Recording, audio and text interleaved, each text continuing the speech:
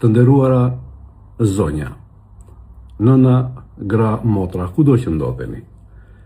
Ju uroj nga zemra gëzuar 8 marsin, gëzuar këtë ditë të bukur, këtë ditë e cila është dedikuar vetëm për ju. Unë mendoj se dedikimi dhe respekti ndaj jush do të jetë në çdo ditë të jetëve tona, sepse ju jo thjesht jeni gra, ju jeni kuptimi i jetës, ju jeni frymëzimi, ju jeni frymëmarrja e çdo shtëpie. Jam shumë i sigurt që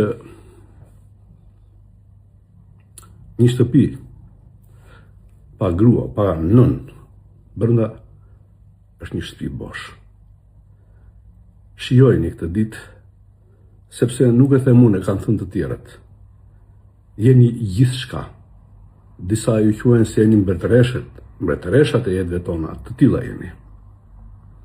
Thuhet se nëse burri çon në shtëpi mielin, gruaja e kthen në bukë. Dhe nëse burri i çon dashurinë gruas, gruaja e kthen në lumturi për të gjithë familjen. Faleminderit që ju ekzistoni.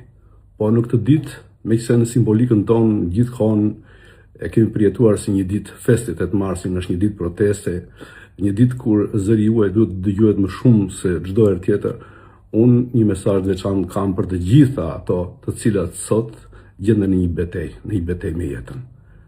Luftoni. Luftoni fort. Jepjani buzëqeshën këtij realiteti, kësaj jete. Jetoni dhe luftoni jo vetëm për veten tuaj, por edhe për ne. Të kuptoni se ju jo thjesht jeni gra, por jeni heroina tona. Paçi gjithë bekimet e Zotit në këtë ditë të bukur.